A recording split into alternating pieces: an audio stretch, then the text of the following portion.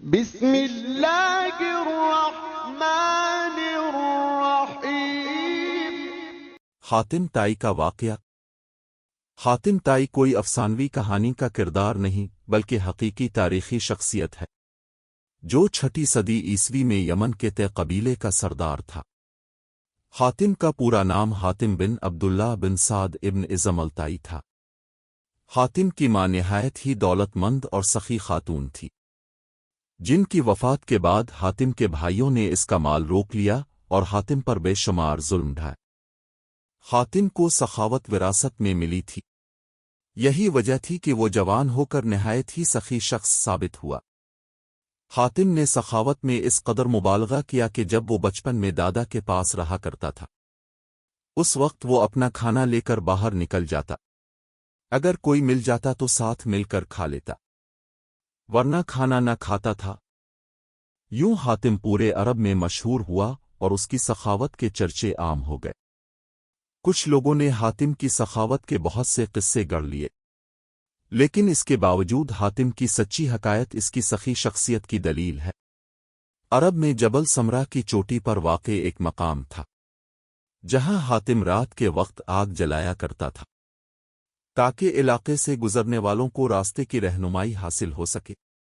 اس مقام کو آج حاتم طائی کا آتش دان کہتے ہیں۔ یہ علاقہ آج بھی آثار قدیمہ کی حیثیت رکھتا ہے۔ ابن عرابی کے مطابق حاتم ہر میدان میں کامیاب تھا، خواہ وہ جنگ ہو، مقابلہ ہو، کھیل ہو یا سخاوت ہو۔ زمانہ جاہلیت میں ماہ رجب کا چاند بہت ہی مقدس مانا جاتا تھا، لہذا جب رجب کا مہینہ شروع ہوتا تو حاتم ہر روز 10 اونٹ ذبح کرتا اور لوگوں کو کھانا کھلاتا۔ یوں تو حاتم کے سخاوت اور فراخ دلی کے قصے بہت سارے ہیں، لیکن چند ایک جو بہت ہی مشہور ہیں۔ مشہور ہے کہ روم کے بادشاہ قیصر کے دربار میں ایک دن حاتم طائی کی سخاوت کا تذکرہ ہوا۔ ایک شخص نے بتایا کہ حاتم کے پاس عمدہ نسل کے گھوڑے ہیں جو نہایت ہی خوبصورت ہے۔ حاتم کی تعریف سن کر بادشاہ نے کہا، جب تک کسی آدمی کو آزمایا نہ جائے، اس وقت تک اس کے بارے میں کوئی رائے قائم کرنا عقل کے خلاف ہے۔ بادشاہ نے کہا، جاؤ اور حاتم کی سخاوت کے بارے میں ہمیں معلومات فراہم کرو، اس سے کوئی ایسی چیز طلب کرو جو اس کی نظر میں سب سے زیادہ قیمتی ہے۔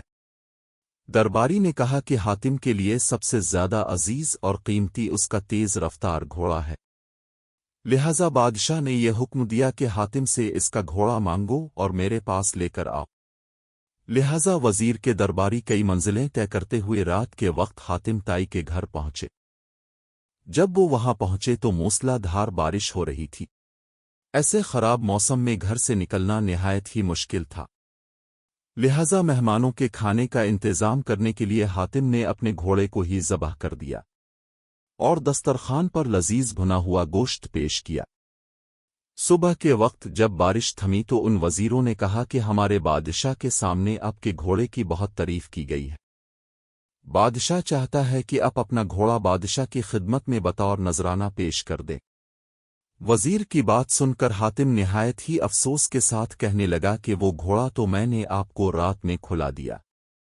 وزیر نے کہا، ہمارے بادشاہ کے سامنے آپ کے گھوڑے کی بہت تعریف کی گئی تھی، یہ بات اگر بادشاہ سنے گا تو وہ آپ کی سخاوت کا بھی قائل ہو جائے گا۔ سن 578 عیسوی میں حاتم کی وفات ہوئی۔ حاتم کی وفات کے بعد اس کا بیٹا عدی طے قبیلے کا حاکم بنا۔ وہ 9 ہجری میں مسلمان ہوئے۔ ان کے اسلام لانے کا واقعہ بہت ہی مشہور ہے۔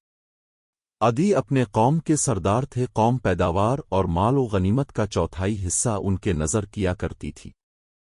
انہیں مسلمانوں سے سخت دشمنی تھی، وہ عیسائی تھے اور اسلام کو عیسائیت کا رقیب سمجھتے تھے۔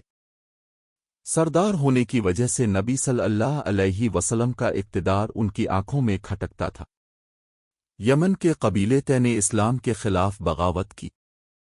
حضرت علی ان دنوں یمن کے گورنر تھے، انہوں نے بغاوت کو ختم کیا اور بغاوت کے لیڈروں کو گرفتار کر کے مدینہ بھیج دیا۔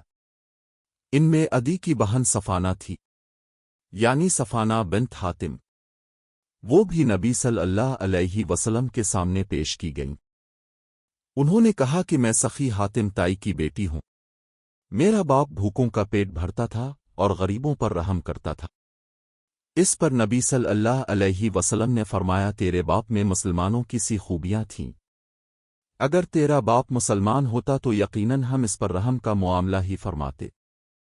اس لڑکی کو رہا کر دو کیونکہ اس کا باپ اعلیٰ اخلاق کا مالک تھا اور اللہ اعلیٰ اخلاق کو پسند فرماتا ہے، لہذا نبی صلی اللہ علیہ وسلم کے اس احسن سلوک سے متاثر ہو کر عدی اور ان کی بہن صفانہ نے بعد میں اسلام قبول کر لیا۔